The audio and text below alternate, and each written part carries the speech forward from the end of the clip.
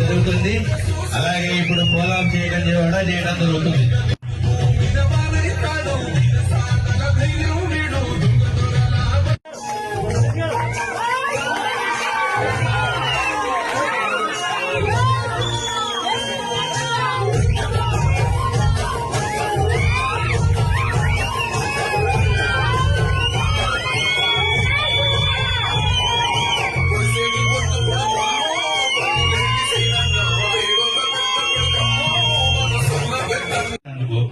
మంత్రివర్గ తరఫున మీ అందరినీ నేనే మిమ్మల్ని మనస్ఫూర్తిగా క్షమించమని అడుగుతూ మా ఊరికి కావాల్సిన ఐటమ్స్ మట్టికి కంపల్సరిగా అన్న కొంచెం పెద్దగా అడుగుతున్నాను, ఏమనుకోవద్దు. నా ఆగారాన్ని మొబైల్ డౌన్ చేయండి.